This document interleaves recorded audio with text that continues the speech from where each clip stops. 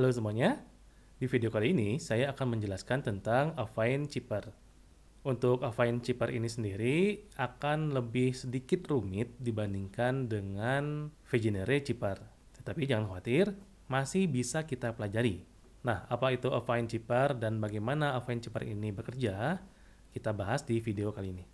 Nah, seperti biasa, kita lihat dulu definisi dari affine chipper ini. Affine chipper ini pengembangan dari chipper substitusi. Jadi konsepnya itu adalah menggunakan pertukaran. Tetapi huruf-huruf yang ada di dalam plain text itu akan di mapping dengan nomor urutnya. Kemudian di-encrypt dengan rumus fungsi matematika. Nah, rumus fungsi matematikanya itu tidak sulit kok. Jika teman-teman lihat rumusnya di depan, ada fungsi EX sama dengan A kali X ditambah B, hasilnya dimodkan M. Nah, di sini saya akan jelaskan setiap komponen atau variabel yang ada di rumus ini. EX itu adalah enkripsinya atau proses enkripsinya. Sedangkan A itu adalah bilangan primer mulai dari 1 sampai dengan 26. Teman-teman masih ingat kan bilangan primer itu apa saja? Kemudian, X-nya ini adalah nomor urut dari plain text-nya. Dan yang terakhir, variabel B itu adalah bilangan integer. Dan M itu adalah jumlah bilangan alfabet yang ada saat ini. Yaitu 26 biasanya kan? Nah, inilah variabel-variabel yang akan kita gunakan dalam rumus fungsi matematika ini.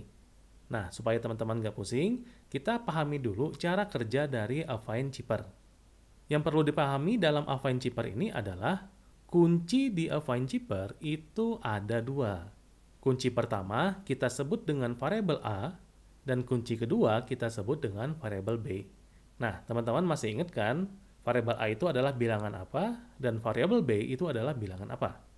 Terus kuncinya ini kita tulis dengan format K, A, B. Kemudian sama dengan chipper substitusi, setiap huruf pada plain text itu dikonversi menjadi nomor urutnya. Kemudian, setiap nomor urut itu digunakan rumus matematika tadi. Nah, inilah langkah-langkah atau cara kerja dari affine chipper. Nah, sekarang kita coba terapkan langkah-langkah ini ke dalam studi kasus di soal pertama. Di sini diketahui bahwa ada sebuah plain text yang isinya "Selamat datang di kelas kriptografi". Kemudian kuncinya itu adalah 3,10. Nah, teman-teman masih ingat kan? A, B. A-nya 3, B-nya 10. A-nya itu adalah bilangan primer, dan B-nya itu adalah bilangan integer berapapun. Terus pertanyaannya adalah, chippernya apa? Nah, sekarang silakan teman-teman kerjakan soal kasus yang pertama ini. Jangan lupa pause dulu videonya. Nah, bagaimana? Dapat tidak hasilnya? Kalau dapat, sekarang kita cross-check dengan hasil yang sudah saya kerjakan. Apakah hasilnya sudah sama atau belum dengan yang ada di video ini? Kalau belum, sekarang kita akan bahas dulu penyelesaian dari soal kasus yang pertama. Ingat, langkah pertama adalah kita konversikan satu persatu huruf yang ada di plain text itu sesuai dengan nomor urutnya. Hasilnya seperti ini.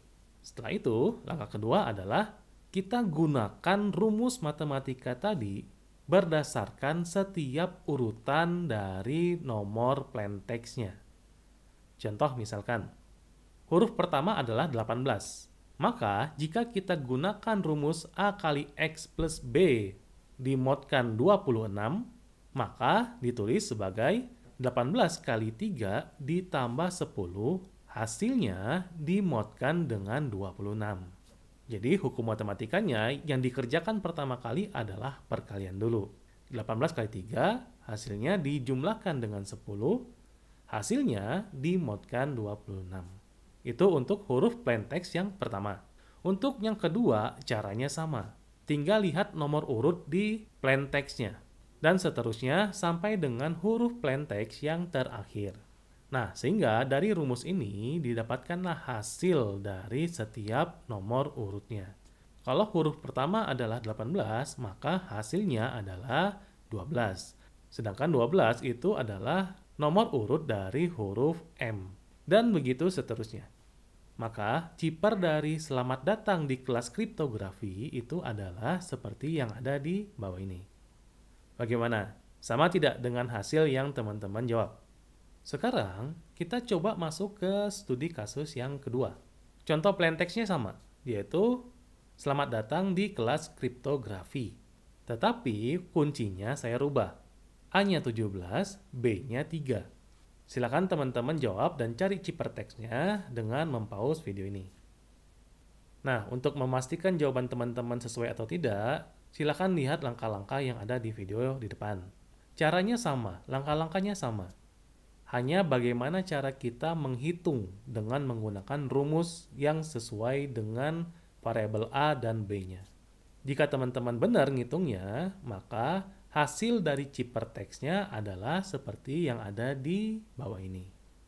Oke, nah inilah yang dimaksud dengan affine chipper. Lebih sedikit rumit dibandingkan dengan Vigenère chipper, tapi masih bisa kita ikuti. Setelah ini kita akan masuk ke materi tentang Hill chipper. Nah, chipper ini mempunyai level yang sangat rumit dibandingkan dengan chipper-chipper yang sebelumnya sudah kita pelajari.